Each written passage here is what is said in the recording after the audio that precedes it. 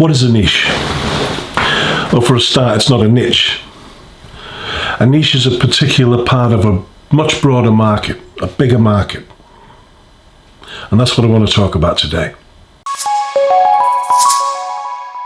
My goal with this YouTube channel is to get you interested in all aspects of self-publishing. Not just low and no content books, but being able to write your own books, learning to write, putting everything together, formatting things, and getting to really enjoy the process. And throughout that process, we'll talk about all kinds of things. Lots of smaller things, like niches, like formatting, like spell checking, grammar, all kinds of things. But I'll also be showing you how to use applications like Canva and how to get the best out of it. So what is this broader market I'm talking about? Well, it's a niche in itself, pretty much. And it's books. And we're going to be talking about niching down from that broader market, or within that broader market. So we could be talking about children's books. And niching down from that, we could be talking about colouring books for children. And activity books for children. All kinds of things. So let's say a competitive niche could be something like books on sports books.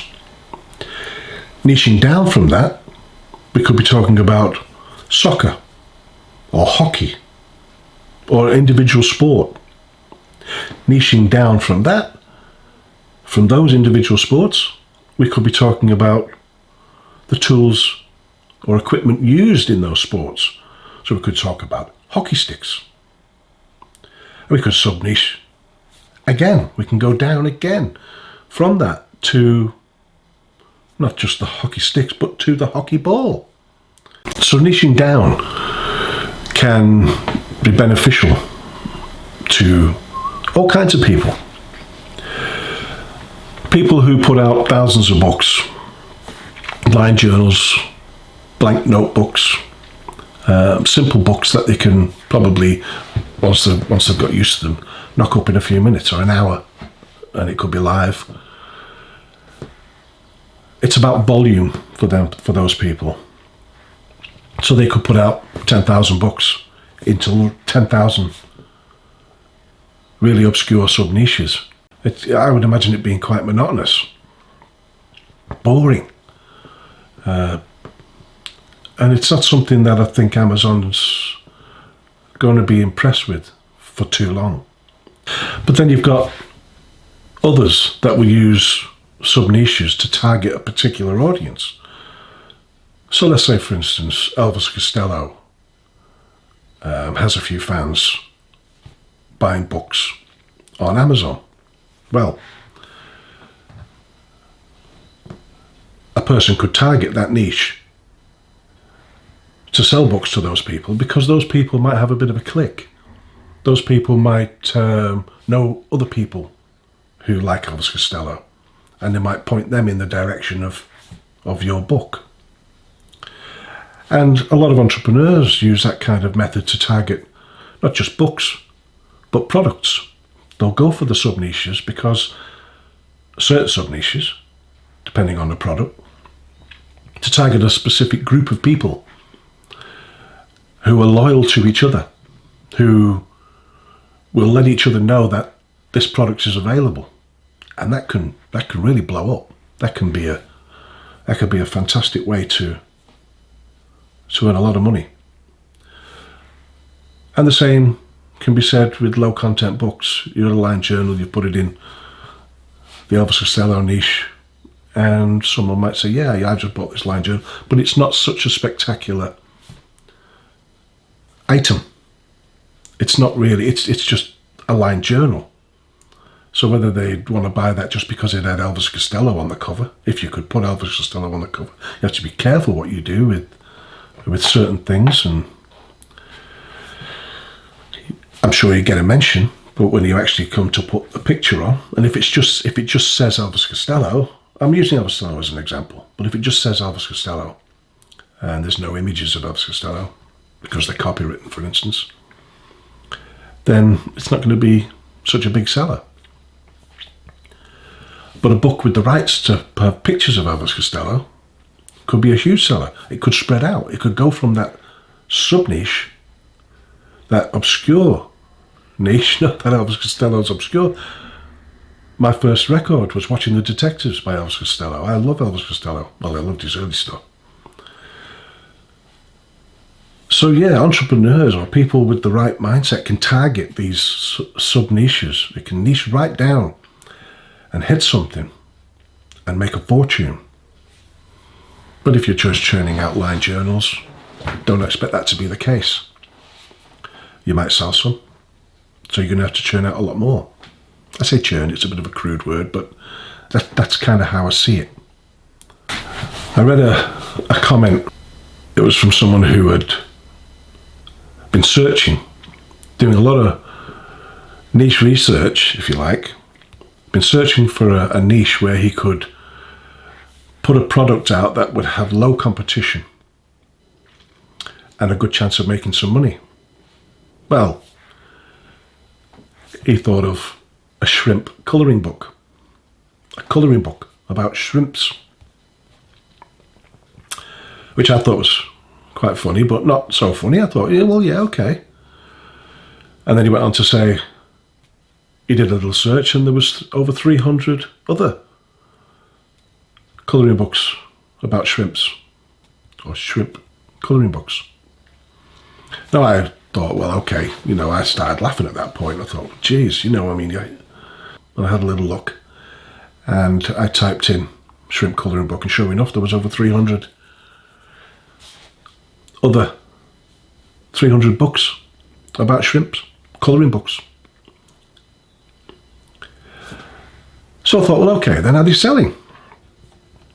They might say, okay, it's a bit weird and there's a lot of competition, or not as much as some niches, but there's a fair amount of competition. Are they selling? So I went looking through the bestseller ranking, or BSR, for each of the books, and the best I found was one that was ranked over 3 million.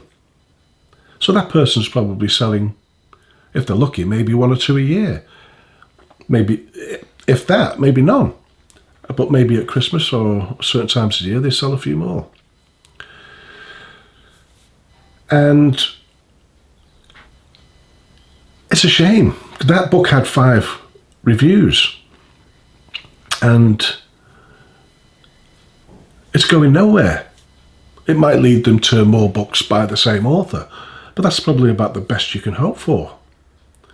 It's kind of stagnated. Now it might pick up. It's, someone might just get hold of it and say, oh, I like this, and someone else goes, oh yeah, where did you get that from? And things can spread like that. And so a book that's gone into a really low niche could take off, and they often do.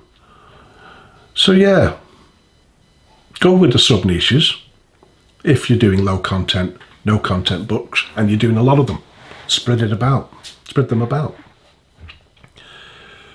Or if you're targeting a specific audience that's a smaller audience than in the bigger niches, like Elvis Costello, or an artist, or someone who is popular with a certain group of people, or an item, or an animal that's popular with a certain group of people.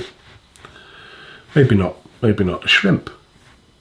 So should you go for the crumbs or a bigger slice of the pie?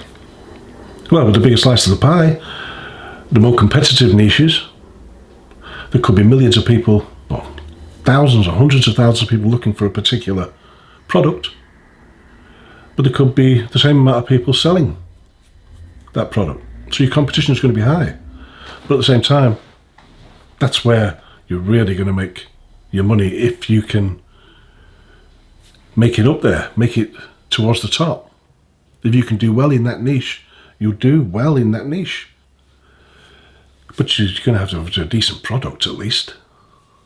Or fall lucky on a product that might not be too spectacular, but you've put it in the bigger niches and it's took off. Some do. I mean, I was looking at one this morning. Motivational swear words in a colouring book. And they might be making 1,000 a week just on that one book. You think, it's crap basically, but it's took off. People buy crap.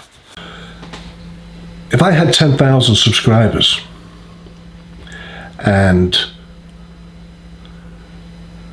I told them that I've got this new secret niche that nobody really knows about. It's low competition, high profit. And I'm even going to give you the interior for that book. Maybe even the cover.